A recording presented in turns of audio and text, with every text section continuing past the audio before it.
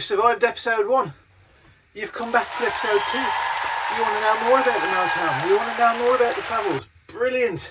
Well, thank you very much. It really is nice. Hopefully you're either one of the 3 subscribers I've got, or you're a new follower, or a new person just following and seeing what we do.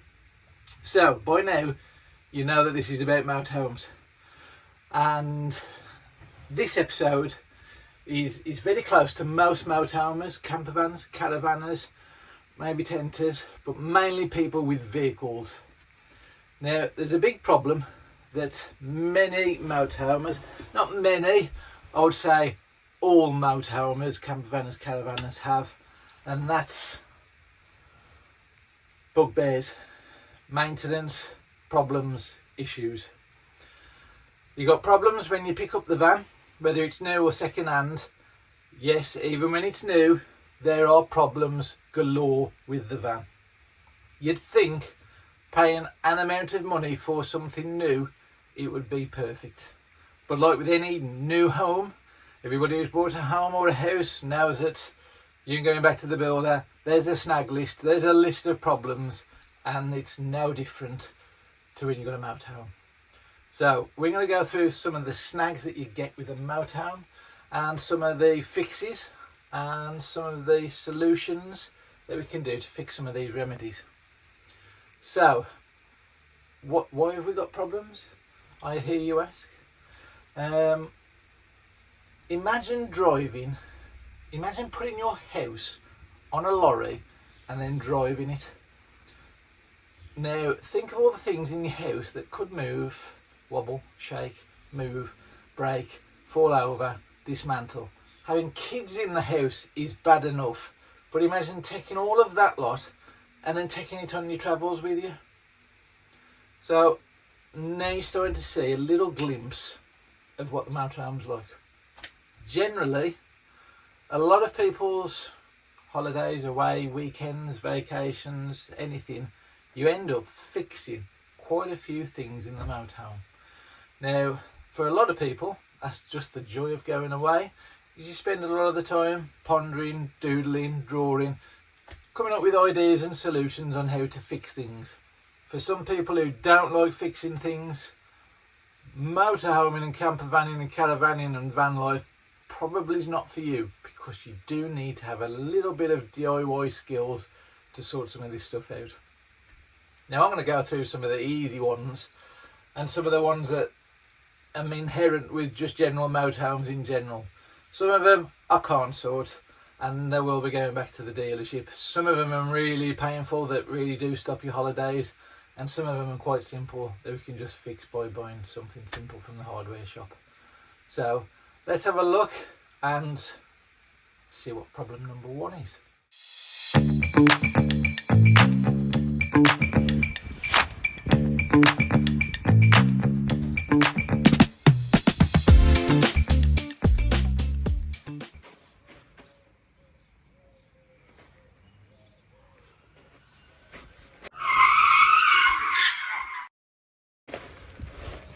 Problem number 1 with a motorhome, with Swift motorhomes in particular, especially this new kind of range, is the ground clearance. By far the biggest problem that this motorhome has got, along with a lot of motorhomes like the Baileys, they have really low ground clearance. Now it's great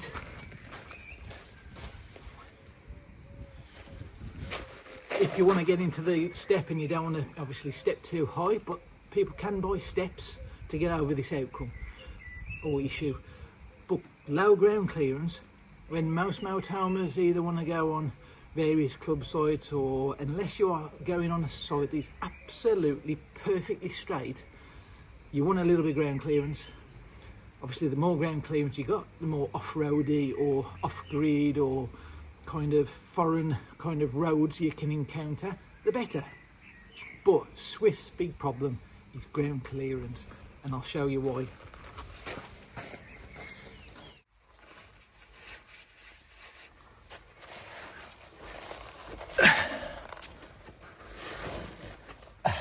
Hello. So, see this thing? This is the water tank.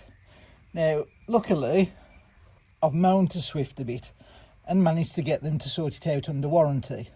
However, this tank, before the modification, the outlet, which you can see here, which I'll give you a close-up in a minute, was about here. So the ground clearance, there's the chassis rails for the motorhome. So if you was to ground out, you'd hit the chassis rail, which, you know, it's a strong chassis rail. It's meant to take a little bit of bashing here and there, but ultimately you don't want to be hitting this, but nor do you want to be hitting, obviously, your tanks. So it's got a new bracket and a new water tank, which is flush. So let me show you a bit closer up.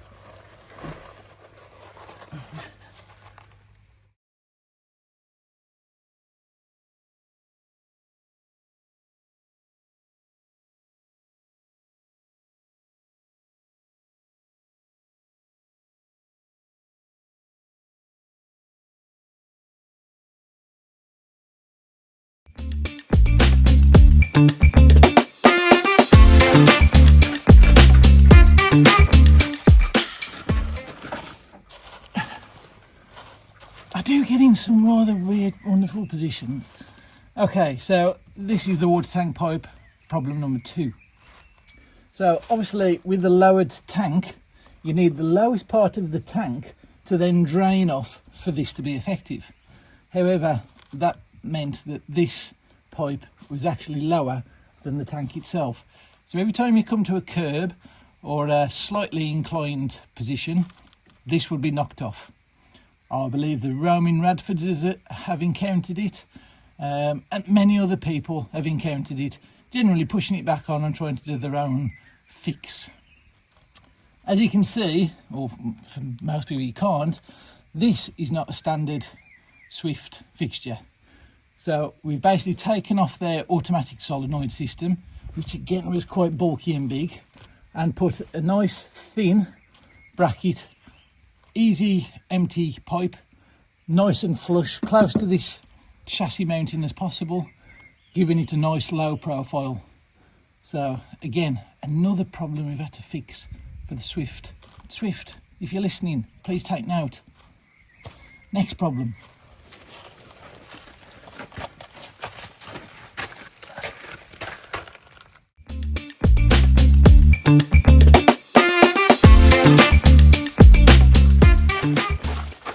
Right, another problem we got is keys. Lock. Now this lock, well, the van is about a year old now, so it's had one winter. These locks, now I don't know what make the door is, I'll find that out shortly. When you come to unlock these doors,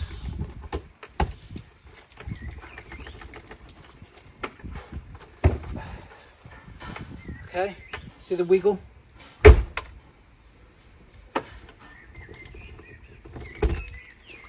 It's not smooth.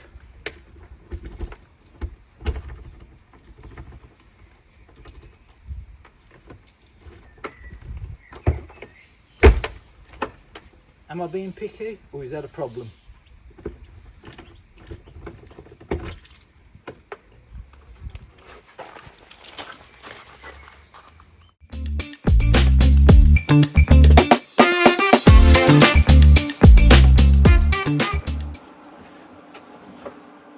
Problem number 4,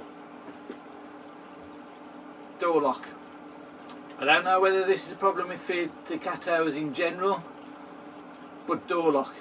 Does your Fiat Ducato automatically lock after about 60 seconds? i.e., unlock, lights on. So we've unlocked the hab door, just the hab door, so the main cab doors are locked. We've unlocked just the hab door. So 60 seconds time lapse.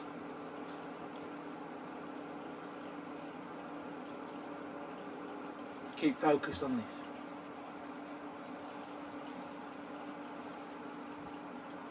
Oh, intro music.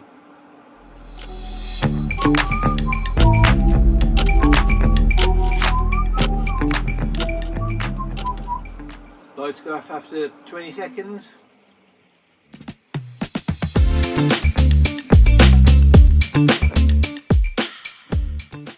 Cue the lock.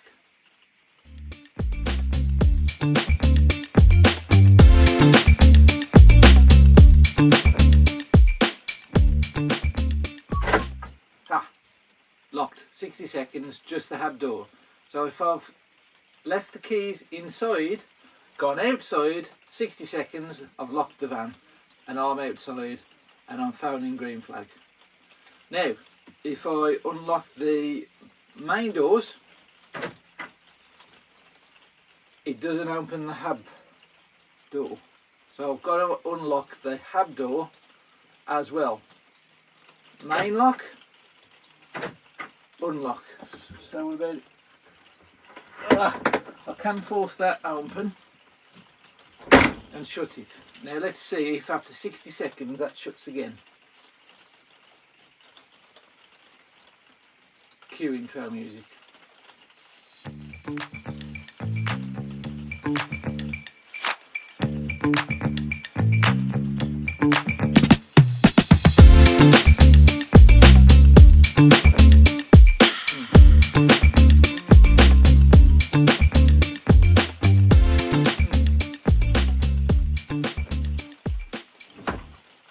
I may have inadvertently solved this.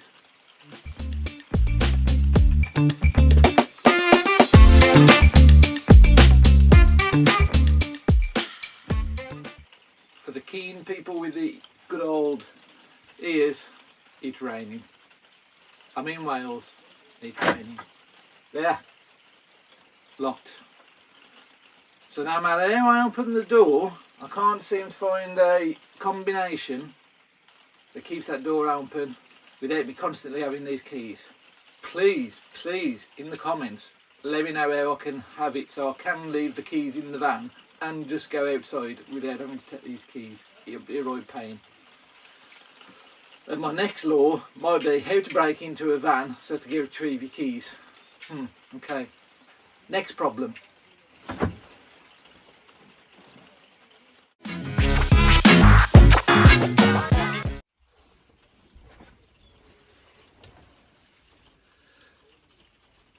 Another problem. I know it's a whinge, and it's a small whinge, but motorhomers and tenters, we all like nice sleeping arrangements. And for most of us who've got the motorhomes, I don't even need to tell you what the problem is. You can blatantly see it. However, for the non-motorhomer of us, firstly, why would you be watching this program? Secondly, this little gap here, first thing in the morning, is a nightmare. So who wants to be rudely awakened with a little bit of sun that we do have in the UK with this gap? Okay, so how can we get this blind right to the top? Let us know in the comments.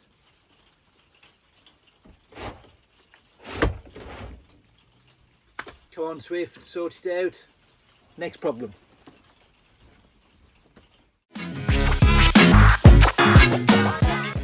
So, okay, we turn on the main infotainment screen.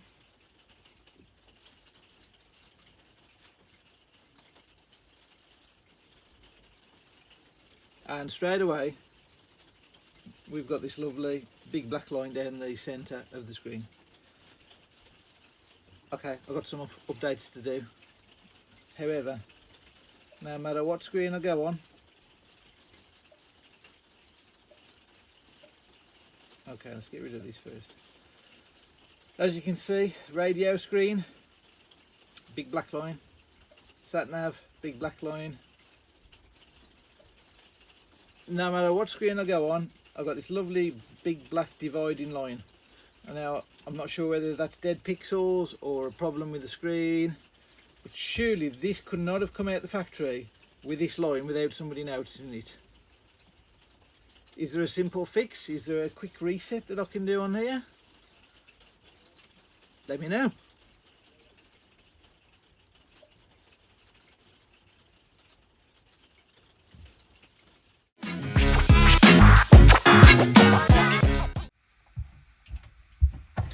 Right, next problem. Now, as I mentioned in the intro part, taking this motorhome or taking your house, your home, your bungalow, your semi-detached, detached, sticking it onto a van and then driving it around whilst you're sitting at the front and all your rooms are at the back. Can you imagine what that's like? So, I'm trying to recreate this for you.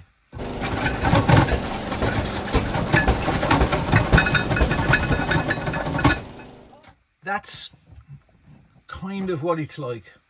So this problem is trying to resolve all them little noises, them little irritating noises, trying to make it more like a car. So the journey is less water torture and more relaxing and enjoyable. So, number one problem. I'm going to cover this in another video, but just to show you the problem.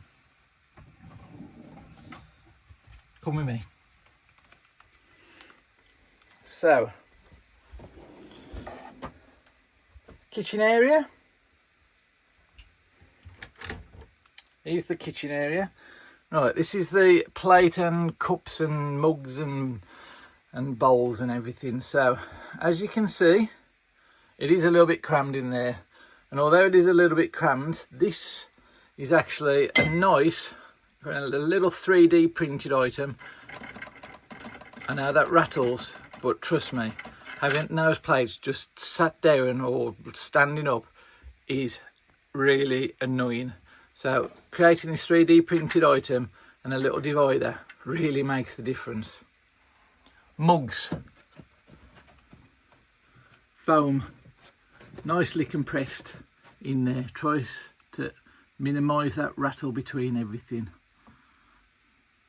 My next ones, I'm going to try and 3D print some items to stop that little bit of movement there, but that's rattle number one. Rattle number two. Now this is again some 3D printed boxes. Okay, so that was fit in a nice little grid system there called Gridfinity, and they slide in and they hold all the knives, forks, and try to minimize as much rattle as possible. So that's, again, knives. That's not too bad. I could go to the nth degree and 3D print it so everything is absolutely encapsulated and kind of held solid, but a little bit of movement is pretty good. So this works for us. Other people can fix it a little bit more tighter if they want, but that stops 90% of the rattles. So what else have we got? So we've got a cupboard up here. Towels, excellent noise absorbers. Anything to try and deaden that noise, cram it in as much as possible.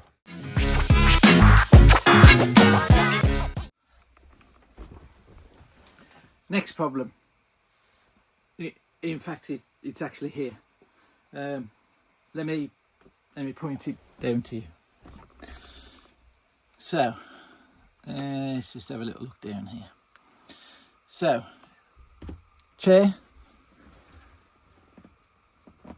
captain's chair, these rotate.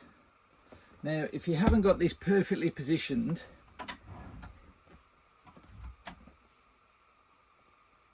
can you see that? That obviously is going to hit into this chair or the wood, which it does. So you want the optimal one where it obviously misses the chair and the wood, so you're not damaging it. So I'm gonna let's take it down here, see if we can get a better view. Why do I keep getting myself into these positions? Okay, so this piece of wood here normally takes all the brunt of this hitting this. Now we want to look after our motorhomes and investments, so coming up with something that's a little bit of a solution So again, 3D printed little brackets, which I'll show you in another episode, just stops that lovely little bit of soft boarding, keep getting bashed, and adds a nice layer of protection there. So if you do bang it, you're going to hit the 3D printed item, which can take a little bit of brunt, and replace it if necessary, unlike this piece of wood, which is a little harder to replace and probably a lot more expensive. So a problem and a fix all in one.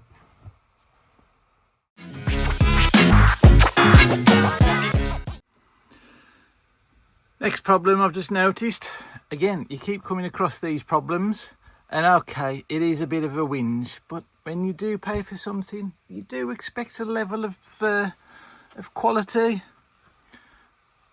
Can you see this this gap here? So when we had the motorhome, there was a plate on the there was a plate down there, which should be up there, but obviously the rear windscreen mirror was fitted, and then they decided not to fit it. However, I'm unable to fit it due to it needs some modification, which I'll happily modify. However, should I be responsible for modifying a new vehicle? Again, I will ask Swift the question, which does raise the question, how many times do you have to keep going back to the manufacturer to get things resolved? Swift, question to you.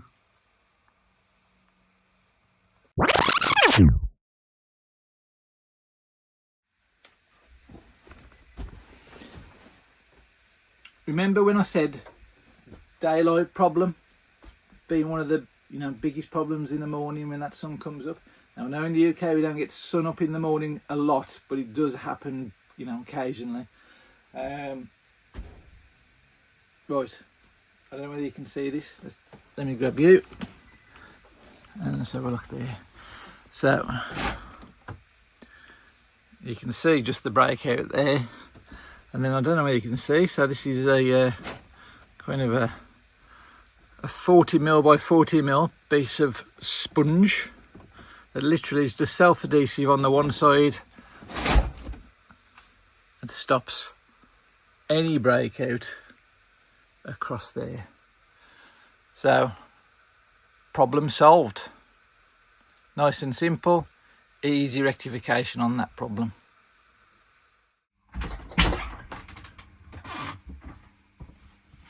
But how did you get in here?